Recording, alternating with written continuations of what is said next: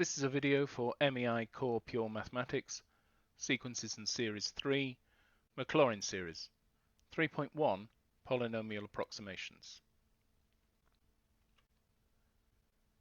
In this section, we'll be approximating functions by using polynomials of this form.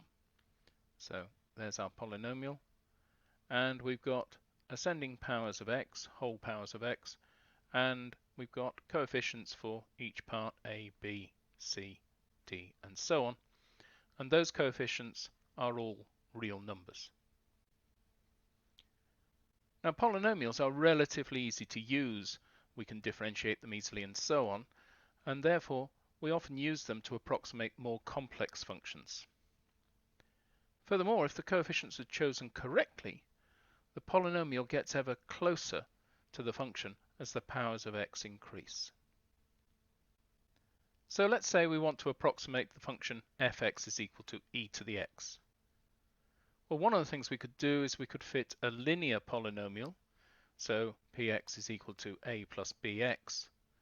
And if we want to get as good a fit as possible at x equals 0, we try and make the value of p equal to the value of f and the gradient of p equal to the gradient of f at that point. So let's have a look at what we've got. If px is a plus bx, then p dash x, and I'm using dash as the derivative with respect to x. It's a much tidier notation in this situation. So p dash x will just be equal to b, and if we differentiate e to the x, we just get e to the x. So if we look at p0, p0 is just equal to a, and p dash 0 is just equal to b. And f0 is equal to 1, e to the 0 is just 1, and f dash 0 is also equal to 1. So this would suggest that a equals 1 and b equals 1, which means I want my polynomial to be 1 plus x. So there's my polynomial, and here's a plot. Green curve is e to the x, and the red line is 1 plus x.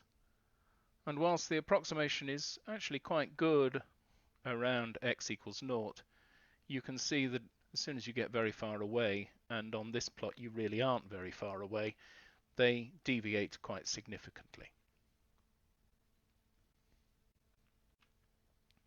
So how can we improve that? Well, we could fit a quadratic, so we could use px is a plus bx plus cx squared, and then do the same as before. So we want to make the second derivatives of p and f equal at x equals 0. Just double check those. The first derivative of px then is going to be b plus 2cx, and the second derivative will be 2c. And we know that the second derivative of our function, it's just differentiating e to the x again, will be e to the x.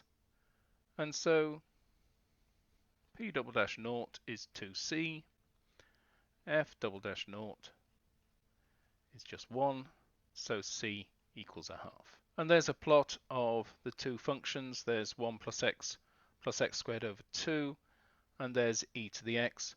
And the range of values for which this is a fairly good approximation is slightly larger, but still restricted to very close to 0. However, let's have a look at a dynamic plot of that and allow me to increase the order of the polynomial that I'm using for the approximation. So here's the quadratic fitted. If I push that up to a cubic, so order 3, it's a better approximation over a larger range of x.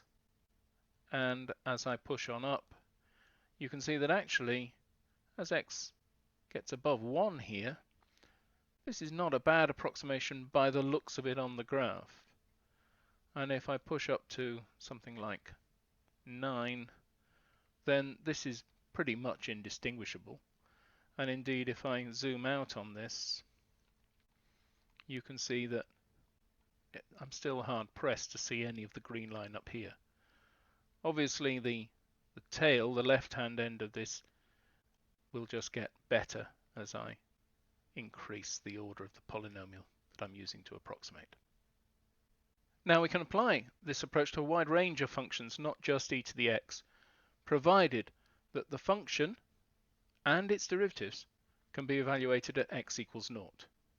And here's a polynomial of order 7 fitted to sine x, and the next video in this sequence is going to look at Maclaurin's series, which is just a generalized form of this method. The next video in this sequence then is 3.2, the general Maclaurin series.